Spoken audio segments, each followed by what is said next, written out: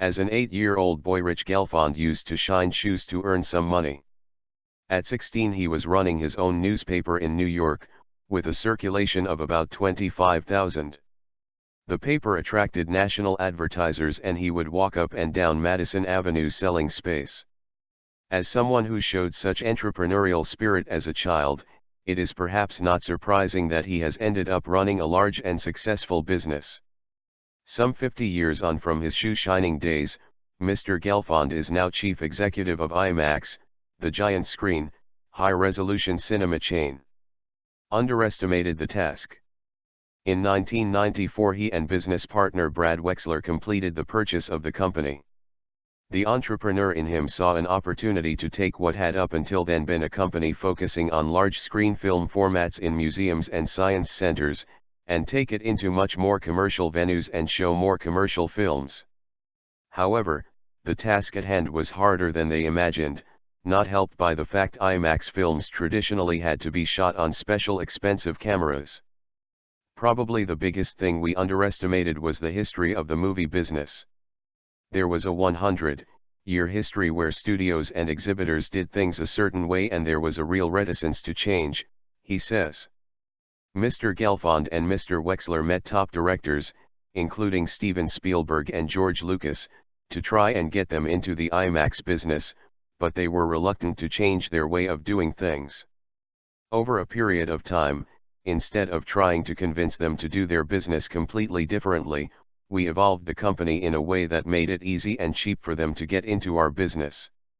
This was mostly through technology and innovation. For while shooting a movie with dedicated IMAX cameras could cost about $10 million, £6.4 million, more than filming with standard cameras, the company later developed a way of converting standard films into the IMAX format using algorithms. This can be done for about $1 million. On the theater side, whereas it would have cost $3 million to $4 million to build a standalone IMAX building, eventually they engineered a way to convert an existing auditorium for around $150,000. 3 breakthrough movies. And after almost 20 years under Mr. Gelfond, the company has transformed into one that is now more known for its Hollywood movie showings than its education and science films. Mr. Gelfond points to 3 movies that helped increase IMAX's brand profile among the public. First, he points to Disney's Fantasia 2000, which he says was a huge success, and that drove a lot of people to IMAX theaters. Second, he highlights Warner Bros.' 3D Polar Express, released in 2004, because the quality was excellent. Finally, he thanks Avatar, the James Cameron sci-fi movie, which came out in 2009.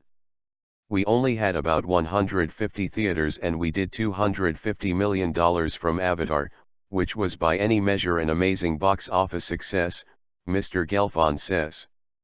But as more and more films are being made in 3D, has this hurt IMAX? Far from it, says Mr. Gelfond, who notes that, as with two-dimension movies, IMAX's version of 3D is also higher resolution than the standard-sized 3D. When it first happened, 3D becoming more widely commercialized, of course you're concerned about how you adapt to change, but it grew the market. And we were the premium experience, he says. In 2008 IMAX had about 150 commercial theaters, today it has close to 700. Not only has the advent of 3D not hurt us, to some extent I think it's helped us, Mr. Gelfond says. Pushes and pulls. Describing his route to the top of IMAX, Mr. Gelfond says he was born an entrepreneur but was professionally trained in the middle. That refers to a number of business classes that he took and his training as a lawyer. As someone who did well at school, he says he was sometimes torn between wanting to gain professional experience and wanting to work for himself. I was a good student.